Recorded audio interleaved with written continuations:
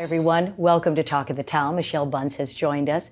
She is a Senior Grants Administrator for the town of Hilton Head. Michele, nice to meet you. Nice to meet you. Thank you for having me. Michele has extensive background in community and economic development, came to us from North Carolina last August. I know you're happy to be in Hilton Head. Yes, ma'am. Absolutely love it here. Love it. You have experience in grants, and what we're talking about today is the Community Block Grant Program. And I really don't understand what it is, so we're going to just kind of unravel it and just start with what is a community block grant. So the Community Development Block Grant, which most people know as CDBG, that's the term that a lot of people will hear a lot, is a federally funded program, and it helps build stronger communities essentially. So it's been around a very long time, over 50 years.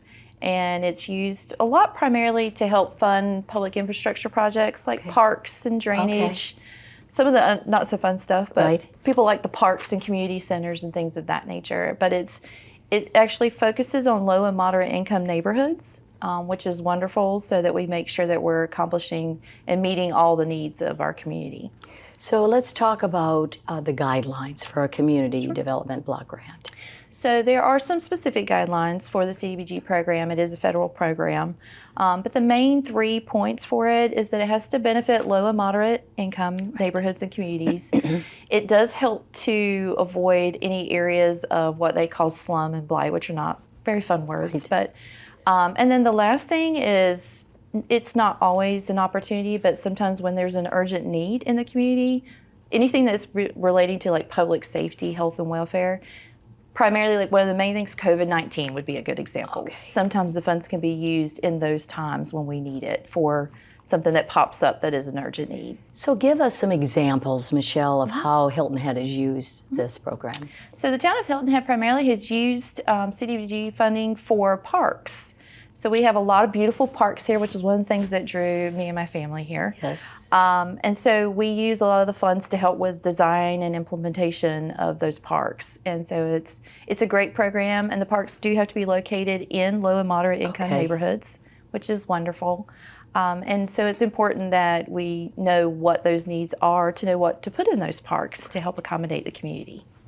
And so talk a little bit about the funding. What we are bringing down from the federal government. Is it, what we're talking about, $1 million? I mean, I have no idea what kind of funding we're talking about here. So over the last 50 years, well, beginning in 1974, CDBG has invested over $170 billion nationwide. Oh, wow. So it's a lot of money nationwide. For the town of Hilton Head this year specifically, for example, we got $210,000, a little over $210,000. Okay. So we'll be using that for Taylor Park. So that's in the Wild Horse Road. Okay. All right. So that all of that money will be going for that? Will be used for Taylor Park this year. Now, did you write the grant? So how does that work, the process of drawing that money down? I did not. So the town of Hilton Head has been part of the CDBG program for 15 years. So I came into the town when they were already established as an entitlement community. So they get an annual allocation each year. So I got the pro bono of already coming into that program. All right, that was good.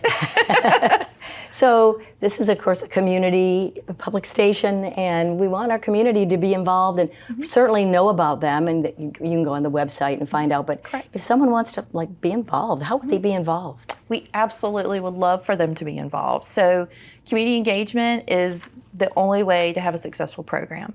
So they can actually email comments or feedback or any kind of thoughts that they may have to me on my email address.